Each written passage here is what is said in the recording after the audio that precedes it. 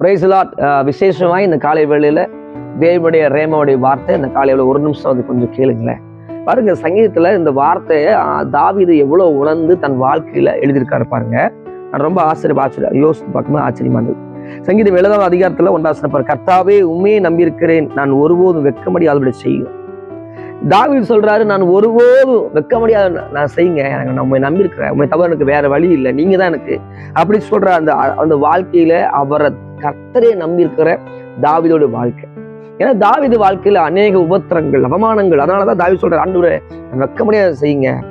அவன் ராஜாவ தேவன் அபிஷேகம் பண்ணினாலும், சாமுவேல் அபிஷேகம் பண்ணினாலும் அவனுக்குள் நிறைய அவமானப்படுத்துகிற சூழ்நிலை இருந்துச்சு, அவமானமான சூழ்நிலை இருந்துச்சு, நிந்தையான காரியம் இருந்துச்சு. அவன் வாழ்க்கையில எங்காவது வெக்கப்பட்டுருவணுங்கிற பயம் இருந்து கொண்டு இருந்தது. நிறைய பிரச்சனைனால தாவீதோட சூழ்நிலைகள் அப்படி இருந்துச்சு. இந்த காலை வேளையில நீங்கள் கூட அப்படி உட்கார்ந்துருக்கலாம். நான் வெக்கப்படைச்சிடணும், இந்த கடன் பிரச்சனைனால, இந்த கல்யாண பிரச்சனைனால, இந்த குழந்தை இல்லாதனால, இந்த பிரச்சனையால வெக்கப்பட்டுருவணும். ஏதோ ஒரு பிரச்சனை உங்க குடும்பத்துல இருக்கு, அதை யோசித்து இந்த காலையில கலங்கிட்டு இருக்கிறீங்க. நான் வெக்கப்பட்டு போயிடுவோம்னு சொல்லி நீங்க ஒரு பயம் இருக்கலாம். இந்த வியாதினாலே என்ன நினைப்பாங்க, இந்த வியாதி எனக்கு இருக்குது, என்னை என்ன நினைப்பாங்க தெரியல, வெக்கப்பட்டுருவணும், அவமானப்பட்டுருவன்னு சொல்லி கொண்டிருக்கலாம். ஆண்டவரே மனுஷனுக்கு முன்னாடி நான் வெக்கப்பட்டு போக கூடாதுன்னு சொல்லி நீங்க ஒரு வைராக்கியம் ஜெபித்து கொண்டிருக்கலாம். கர்த்தர் சொல்ற பாருங்க, கர்த்தர்ட்ட இவர் சொல்றாரு, ஆண்டவர்ட்ட சொல்றாரு, தாவீது சொல்றாரு, கர்த்தாவே உண்மையை நம்பி இருக்கிற. இந்த வார்த்தையை நீங்க மெயின் பண்ணணும். தாவீது யாரை நம்பி இருக்கிறான்னா தேவனே நம்பி இருக்கிறார். அதனால தேவன் தாவீதை உயர்ந்த இடத்துல கொண்டு வைத்தார். அவனுடைய வெட்கத்தை தேவன் மாற்றினார், அவன் அவமானத்தை மாற்றினார், அவன் நிந்தையை மாற்றினார். ஆடு மேய்க்கிற சாதாரண ஆளை ராஜாவா மாத்தின காரணம் என்னன்னா, தாவீது தேவனே நம்பியிருந்தான். மனுஷனை யாரை நம்பல, அவன் கர்த்தரை நம்பினான். அதுக்காக மனுஷன் நம்பளுக்காக யாரையும் அவன் மதிக்காம இல்ல, அவன் எல்லாத்தையும் கனம் ரெஸ்பாண்ட் பண்ணான். ஆண்டோடைய சாயல்ல பார்த்தான், அதே வேளை எல்லாத்தையும் கனம் பண்ணான். அதே வேளை அவன் நம்பிக்கை இறுதியத்துல அவனுக்குள்ள இந்த நம்பிக்கை கர்த்தரை நம்பி இருக்கிறான்.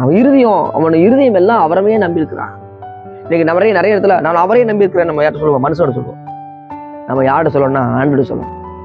ஆண்டு நான் உங்க நம்பி இருக்கிறேன், நான் உங்களால நம்ப மாட்டேன், நான் யாரை நம்ப தெரியுமா, கர்த்தரை நம்பி இருக்கிறேன். இது யாரு சொல்லணும்னா ஆண்டோட சொல்லணும். ஆண்டவரே நான் உங்களை நம்பி இருக்கிறேன், கர்த்தராக நான் சொல்ல வேண்டும். தாவீது சொல்ற அந்த வார்த்தையை யார்கிட்ட சொல்லணுங்கிற நல்லா அறிஞ்சிருந்த தாவீது. அது சொல்றது, ஆண்டவரே நான் உண்மையே நம்பி இருக்கிறேன், நான் ஒருபோதும் வெட்கமடையாமல் செய்யுங்க.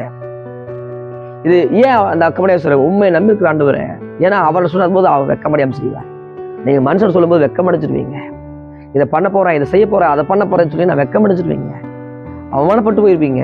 ஆனா நான் சொல்லுகிற தேவனுடைய வார்த்தை, தேவனுடைய அவர் மேல நம்பிக்கையா கொண்டிருக்க மனுஷன் பாக்கியவான், அவரை நம்புற மனுஷன் பாக்கியவான்.